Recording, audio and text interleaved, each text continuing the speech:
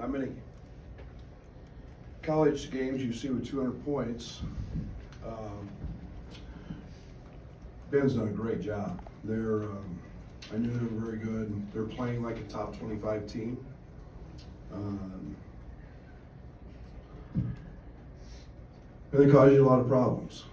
I thought Elijah Hawkins was absolutely special today. 12 assists, no turnovers. He didn't have to score. I thought Terrence did a pretty good job on him in the first half. And then we kind of flipped Terrence over to Cam, and yeah, they were going. Cam's, my opinion, that's what they look like. That's what a pro looks like. I think there's very few guys in college basketball who can shoot off the bounce. I think they told me they had 9 of their threes were off the bounce. That's very hard for college players to do. It's very rare, very unique. And Cam was terrific. He was terrific. Dawson's obviously McDonald's All-American, a veteran. I thought we strung together enough stops late. We found something. We literally ran one play in the last 12 minutes. We didn't have to be overly creative. It's nice to have guys make shots. It's nice to have layups and fouls, and that's what booty ball does, is creates those. We felt like they had matchup issues with us, and we were just able to kind of exploit that. Marcus was terrific, and be very remiss if I didn't talk about Dane and his performance. We're starting to get a little more comfortable with Dane in our booty ball action, where there's space and him creating opportunities to move around where he doesn't get in the way. But he was terrific tonight. Gave us a real physical presence against Payne, who's obviously a very good player. Coach, it did seem like kind of a chess match in the second half. There was, in terms of finding the right matchups on both ends. Were there some changes you thought impacted that and allowed you to start pulling ahead a little bit? Well, I thought Justin coming in. I thought Justin did a really good job. That we started the second half and we made the switch, put Terrence on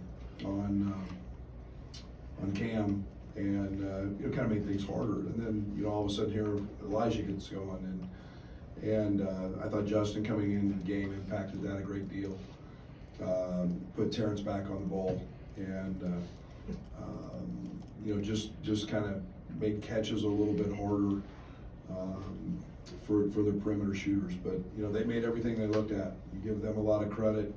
And then I thought we got enough stops, enough rebounds, and then it didn't put a ton of pressure on us because we were scoring at the other end. Obviously, you've had some teams come in here and shoot pretty well here at the State Farm Center.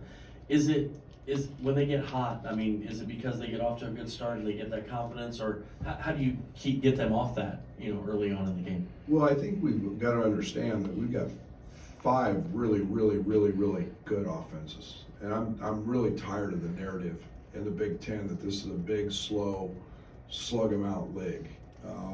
And the dynamic has changed in this league. This is a guard league. We haven't had Zach, no doubt, but this is a guard league. There's some unbelievably good guards in this league. Best I've seen since I've been here.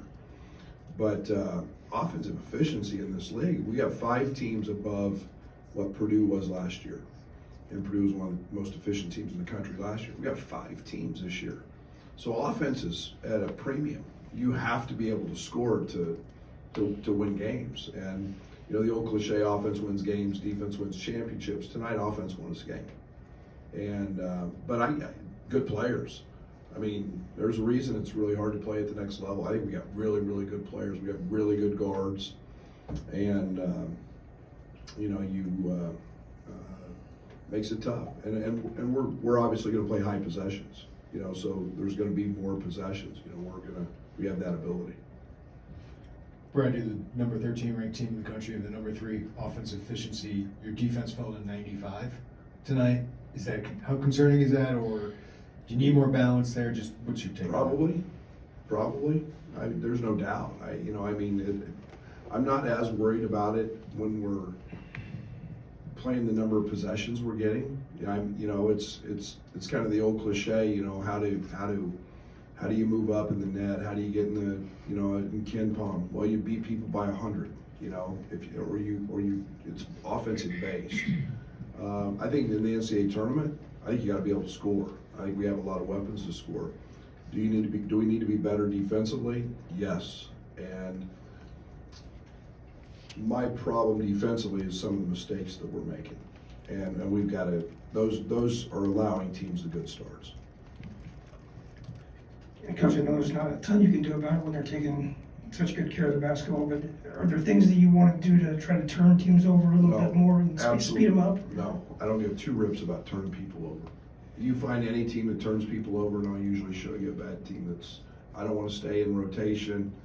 I did that. I had top 5 teams in trying to force turnovers and do that, and the players are too good at this level.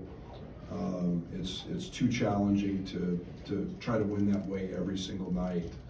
No, we're really good with where we're at.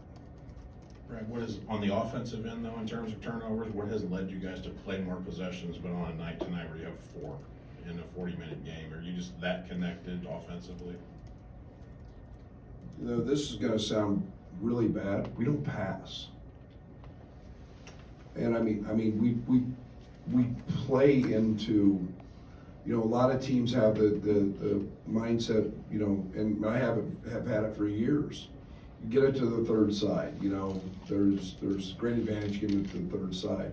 We do that, but the way we start a lot of offense is with, the booty ball and or a little action, and so we're not creating those turnovers, but we are very connected, and we know where guys are at spacing wise. We have a very good feel for that, and you are a little bit shocked when we turn it over. Brad, what does this version of Dane give you? I know on the other defense, lot. it seemed like A he was lot. the most physical inside. A lot. Yeah, we're going to need Dane, and Dane's a really really good player, and it's been a challenge. Like I said, playing all the post up stuff, opening the paint up. We're a driving team. We've been very good at that. We get to the foul line a lot, so it has been somewhat challenging at times in terms of where to play him. He can score with his back to the basket. Well, as soon as he's on the block, those driving lanes become a lot more clogged, and that's why they don't do it in the NBA. He's finding his spaces. He's a very good roller. He can play in the pocket. He's getting really comfortable there. And then in what we call the dunker spot when we're around the baseline, he's very very efficient. And so all of us are getting pretty comfortable with that. You mentioned maybe getting just enough defensive stops late to kind of change the game. Just with all the offense that will kill you gap between the 6 and 5 minute mark. Can that just be the difference? And nights like tonight, yes. Yeah, I don't know if they had one. I don't know if we went 3 possessions in a row without scoring. But yeah, there's nights when the game's pretty and it looks great and the ball goes in and getting those 3 or 4 consecutive stops is a difference. And tonight that was big for us. What was the difference for Marcus in that second half after first half where he struggled a bit? Well, a lot of matchups, and I think that it's one of the processes we go through every game is how our team's going to match us and how our team's going to then guard us. And they hit us really hard early with a real early trap. The second half they waited a little bit until he got down a little more in the scoring area. And then they really rotated. We had them spaced pretty well, and they were rotating off Terrence in the corner, and he's just pretty effective with all of that. And they tried 3 or 4 guys on him, and it ended up being Dawson at the end. And again, that's to our advantage. Coleman, obviously 50 points the last 2 games, but it seems more off the bounce. He's gotten comfortable. What is he showcasing there offensively? We're putting him in space, which is really good. And most of that for him is based on matchup. You know, and it's where he's very comfortable driving 5 men. He's very comfortable driving size. He's still maybe not, you know, when his attacks are more downhill. It's not where we're asking him to be at the top of the key and do some of the things we did a year ago, you know, in facilitating offense and making plays and passes and reads. It's just more downhill, and he's been very good at that. And you know, when you're shooting like he is, that paint gets pretty wide, and he gets pretty hard to guard. You can tell me I'm wrong, but it seemed tonight there was a lot of back and forth in-game communication with you and Terrence, and how valuable is his feedback in real time? Like, Oh, hey, it's this great. is what I'm seeing. Yeah, it's and it was both ends of the court. Right. It wasn't just the offensive end; it was very much the defensive side as well. But you know, he plays with a great chip on his shoulder. You know, he wants to be the defensive player of the year in this league. He's talking about, well, can I go under this ball screen, or can I, you know, when he gets here, can I ice or can I blue? And you know, our boy at the Big Ten Network, Raphael Davis, gave us great motivation today because you know, he doesn't like him very much, and you know, told him he basically left him off the all defensive team. So you know, Terrence walked in our coach's locker room and you know said, you know, call him and ask him about that. But Terrence is in communication all the time, but tonight he was very dialed in, both ends.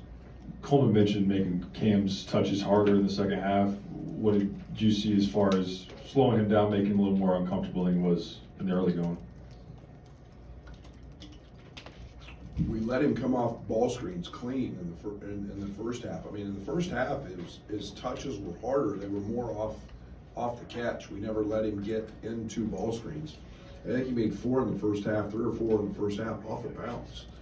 And you know, Marcus, you know, started on him and got clipped on the screen. And you give Cam a breath of air like that with his high release and 6'6" frame, and that thing's a bucket. And he's done that all year in this league, and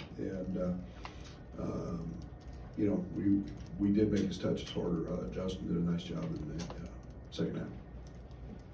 Thank you. That's fair.